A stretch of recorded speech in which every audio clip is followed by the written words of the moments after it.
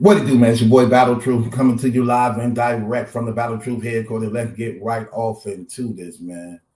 So, a little debate has sparked up on Twitter amongst a few of the battle rappers, and one of these topics popped up.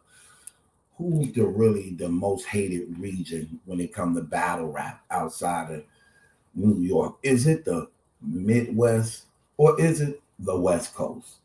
What is the most hated region in battle rap? Who's the one that seemed to get the most shade and biasness towards them? And Geechee Gotti basically was making this statement right here. He said, it's really us over the Midwest. He said, Diz never got a fair shot. Let me go back a little bit.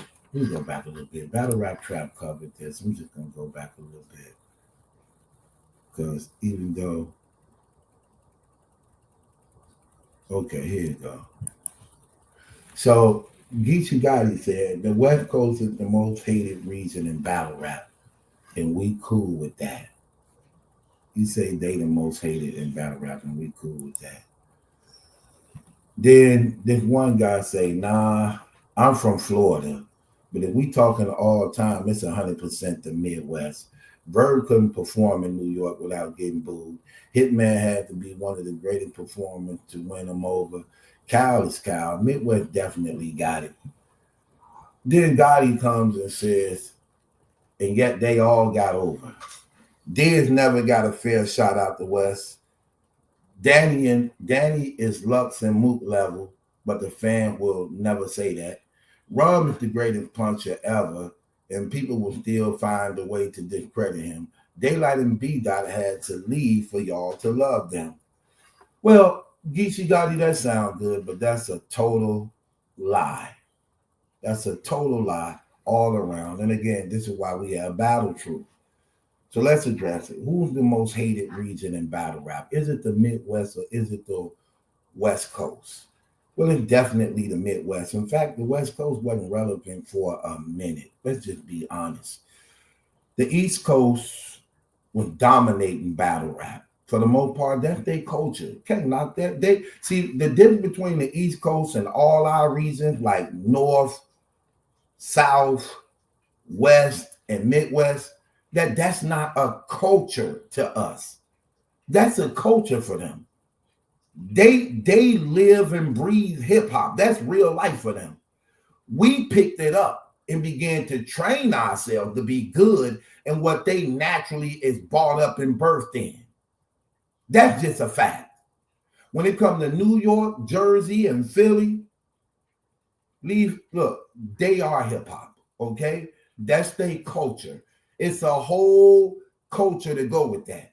From how they dress, how they talk, what they listen to, even to the things they eat. It's like a real lifestyle to them. Okay?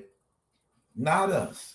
That's not so for the West Coast, the North, the South, the Midwest. That's not so for us. We just knew how to be good at it because by being black, we naturally got soul. And we gifted when it comes to music. But that's a culture for them. It's not a culture for us. Now, what happened is they were dominating the game till the Midwest came in. When Verb and Hitman Holler and Calico, Midwest Miles and them, X Factor, Big T and them, when all of them came into play, they put together that Midwest movement. Now the New York had competition. The East Coast was going up against the Midwest. And it was a rivalry. And for the most part, Verb did lead the rush and spark in that. And why he was one of those dudes at that time, so he sabotaged his own career. He built the hate because he made it publicly known that we going up against these East Coast dudes, and it is what it is. And what happened? It became East against the West. Remember, at a time, East against the Midwest. Because remember, the West Coast wasn't even effective. It was already the Biggie Small and Pop thing that just recently just had faded away. That was still staining the hip hop community, the East and West. but it wasn't a West Coast strength enough, strong enough to unite to actually challenge the East. It wasn't that many of y'all like that was even wanting and willing to actually step up to the plate to do the thing. Not at all. Everybody know this. But Midwest is close enough. If it couldn't be an East Coast, West Coast explosion, a Midwest is just as good because you still got that West mentioned in there. And that's exactly what happened. And yes, it became what it is. And Verb let it be known. And when he would go there, East Coast would boo them. And yes, Hitman had to win them over. Because you know what he started doing? Building alliances with people in the East Coast, like Rex them and Dot Mob them, that embraced them and brought them in. See, people don't tell that part. I know about those things. And Hitman began to get favor with the people. And when it comes to the West Coast, y'all didn't have nobody united under an umbrella emerging to do these things. And when you speak about disaster, when Gotti say, Diz never got a fair shot. Yes, he did. What hurt Diz is when he was saying the nigger words in battles. Because he got too comfortable. Just like he just got booed not too long ago when the URL put him on and he wanted to give an explanation of why he say niggas in battles. And you can't do that if you're not a nigga. They didn't want to hear it at all. Just rap. He like, no. Let me tell y'all why. They like, we don't want to hear why. You can't say it. Nothing you say gonna justify us of allowing you to say that when you're not really a nigga. When I was growing up, they used to call us sand niggas. Sand niggas, white niggas. You not a nigga. You're not a nigga. So no. That's what hurt him. If you're going to tell it, tell it. But don't worry. I'll tell it for you. Didn't he say, Danny is Lux and Mook level? No, he not.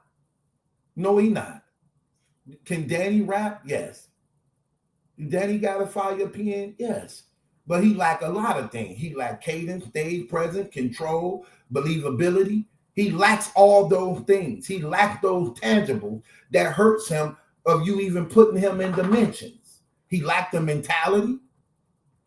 He lacked the respect. He lacked the integrity. He's not on their level. There's a difference.